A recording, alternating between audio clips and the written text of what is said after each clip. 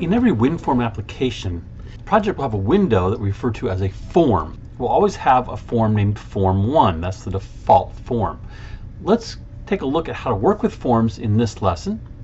So I'm going to create a new project. It's going to be a Visual Basic Windows Form project. I'm going to click Next. I'm going to call this O2A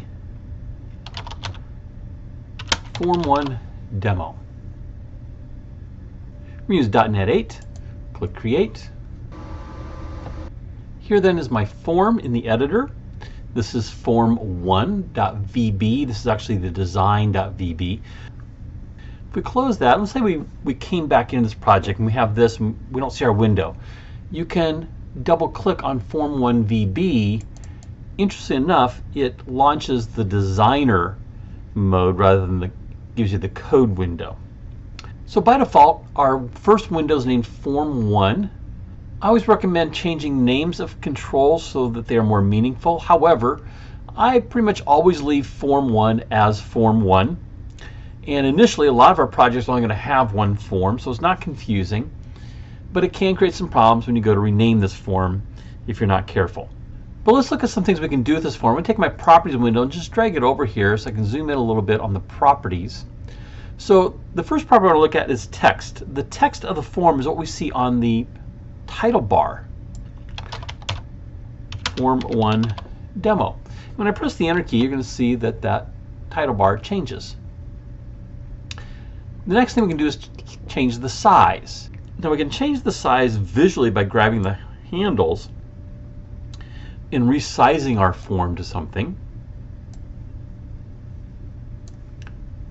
Or I can enter the size. Notice this is in the form of width, comma, height. So I'm going to say I want a form that's 750 by 450. So I put a 750, comma, 450, and it changes the size to what I specify for the size property. So visually we can change it. We can also change it mathematically here in the Properties window. The next property I want to look at is the BackColor. Now remember, these properties are listed alphabetically. As long as you have the A to Z button clicked here, if you do the one on the left, that's going to categorize them. And I think it's hard to remember what properties are under what category. So I always work with it alphabetically. Okay, let's go back to the BackColor. For the BackColor, we have three different tabs here. We have System, which will vary from computer to computer. It's basically the themes that are set up for that particular computer. We can go to Web, which is all the named colors that are standard in web browsers. Or we can click on Custom. We have some swatches available to us. We can also right-click on one of these blank swatches at the bottom and create any color we'd like using hue, saturation, and luminosity, or red, green, and blue. There is not a way here to use hexadecimal colors, but we can also click in an area and choose the hue that we want and the brightness and add a color. So we'll get the red, green, blue values here for that swatch. I can also add a background image here if I wanted, and I can tile a background image or change the layout to it. I could have it centered, I could have it stretched, or I could have it zoomed. The other thing here is the start position. By default, it's Windows default location. And I can run my application at this point. Notice that it has a minimize, a maximize, and a close box. Those are already coded for us as part of the window itself. So I can run my application.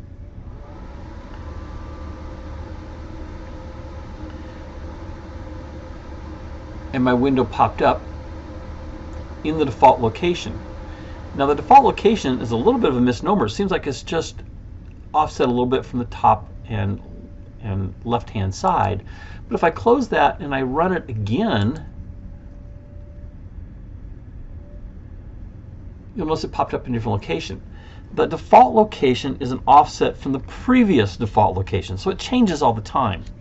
There's a minimize button, a maximize button, and a close button. If I click the minimize, it's going to collapse it down onto my application bar at the bottom. I can click it to bring it back. I can zoom it to full screen. That toggles back to the predefined size, and I can close. By the way, when you're running and testing your application, you'll get a little red square here. That will also stop debugging and close your application.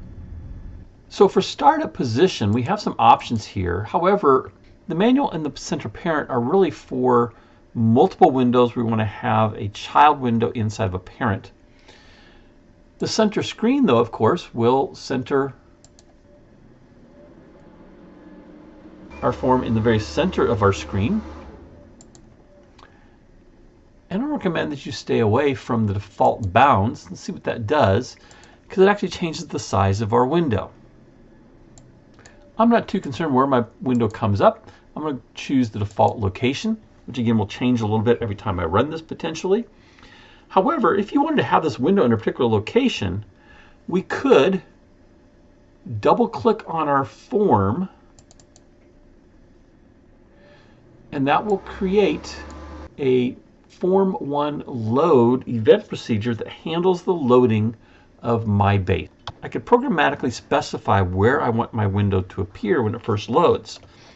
So to do that, I can say me.location equals new point. And if I put 0, 0, that's going to be the upper left-hand corner. If I set this, say, as 300, 100, it's going to be a little further indented from the left than from the top. So I have 300 pixels to the left and 100 to the top. That's pretty much it as far as working with forms. Now we'll begin adding controls to our forms, such as buttons and labels and text boxes and picture boxes and all kinds of stuff we have over here in our toolbox to build our graphical user interface. If you just jumped into this video, you can see all the videos from the Programming Practicum playlist by clicking on the image in the lower right. And if you'd like to be alerted to future videos I create, you can click my picture in the top right to subscribe to the channel.